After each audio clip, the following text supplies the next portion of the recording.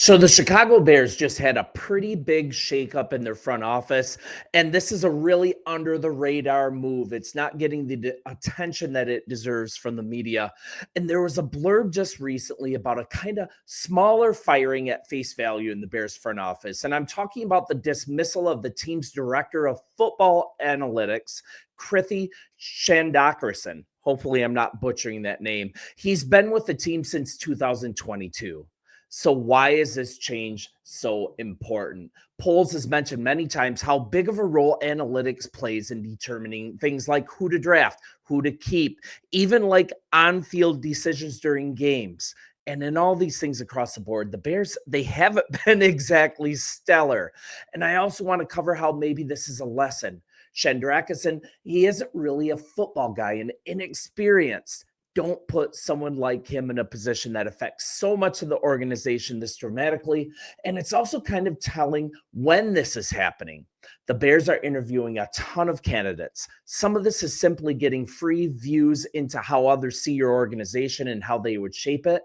I think the Bears saw through these interviews that the analytics department is a big reason they weren't successful. Strip it down and rebuild it. So in a lot of ways, I think this is showing that all of these extra superfluous interviews are actually bearing some fruit.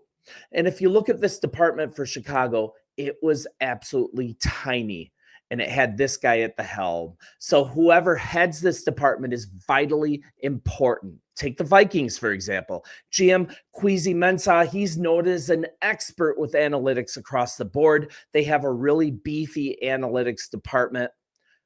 I think the Bears are learning to upgrade this role, expand the department. And these interviews they're having, they might turn out to be a huge blessing as they wait for in-person interviews for top candidates, mostly Ben Johnson, let's be honest, that they're able to gather information like this. And it's encouraging that they're willing to act on it right now. And if we look back to Matt Eberflus, he was always citing the analytics of play situations, although it seems to be in negative situations often, like a classic one. He decided to go for it on 4th and 1 at the Bears 40 on the first series of the season against Green Bay. Originally, this is during a couple of years ago, they failed to convert. The Packers went on to score a touchdown and were on their way to another blowout at Soldier Field. And kind of looking at it as well, this also signals some things. I think, in my opinion, it shows that GM Ryan Poles, he might be willing to move away from mistakes and loyalties if it's not working. Now, Shandrakasan, he was with the Chiefs since 2019. It was a relationship Poles took with him to Chicago. And I think it also signals more changes might be coming from Halas Hall throughout this offseason pertaining to the front office. And I think it might give us some hope that there might be some better decisions when it comes to personnel, on-field decisions, and even the draft. So let's look at some more examples. Analytics. The analytics department actually told the Bears that Khalil Herbert was better than David Montgomery.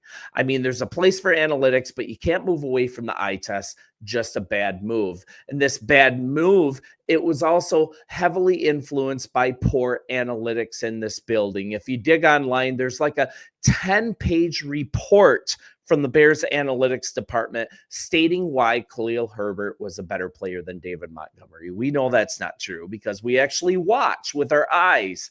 And analytics also told the Bears that this O-line was solid, that the way to go is to get all these guys that are depth guys, versatile guys. I mean, not good decisions. We can come up with a ton of bad decisions. And I'm not saying all of these decisions are due to the analytics department, but they certainly play a huge role. And I mean, look at this. This is funny to me if it wasn't so painful, but I'm going to leave this up here for a little bit. You guys check this out.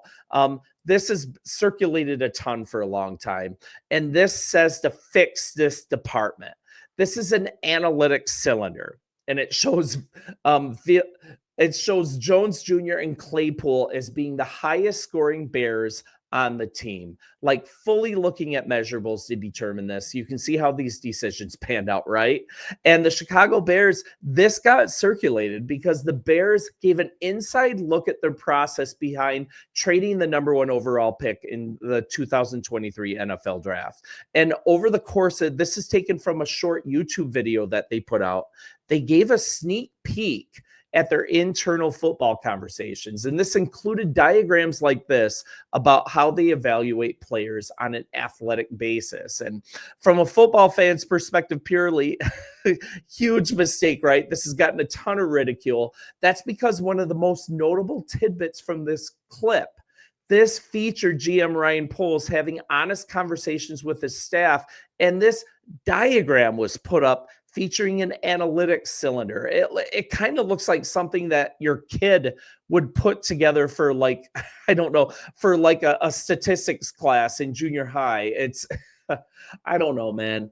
But from an outsider's vantage point, the diagram structure made it seem like everything filtered into it for some reason. It's not entirely clear what the Bears call the quotation analytics based on this chart. I mean, they labeled the cylinder analytics and all of this information coming in, and that's what spit out.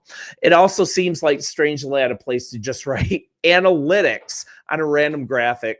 And this is for a multi-billion-dollar professional sports team. Like, it was meant to give fans more clarity, but it's obviously shows kind of the sophomoric way that the Bears analytics department was running. And NFL fans were merciless with their jokes. This was a source of a lot of memes. I just wanted to show that to you. It's kind of ridiculous. And I think it's very clear that this department, it absolutely needed to be blown up. And I think these interviews, once again, getting these fresh perspectives from the outside, and being able to aid them in moving on from this right now with this firing. And one thing that it isn't great is that this guy was put into the position of leading the analytics department in the first place. This is a huge problem. I mean, he was with the Chiefs for 3 years as a data scientist, and then he came with Ryan Poles. But before that, not a ton of NFL experience. And maybe the Bears have been shown just how important a department is to sustain success as far as analytics, and showing that to our front office, analytics were kind of an afterthought or just poorly handled. The department was very small. And Chandrakasan, he was an intern for the Jaguars in 2016. Then, crazy enough, he went back to the private sector for a while, outside of football for a full 2 years. Then he came back to football in Kansas City as a data scientist for a couple years. And then he followed Poles to Chicago, and Poles put him as the head of our analytics department. Now, you have a guy heading up a vitally important department after only 4 years of analytics experience in the NFL context. You put a ton of decisional responsibility on him when he's not even a football guy, kind of just a numbers cruncher. And this revamping and realization is a really good thing, but it doesn't breed a ton of confidence in this front office, in this area. Let's just hope that Poles is a guy, and Warren too, for that matter, guys that learn from mistakes and lean into solutions, are willing to have some humility, correct them, and not repeat them.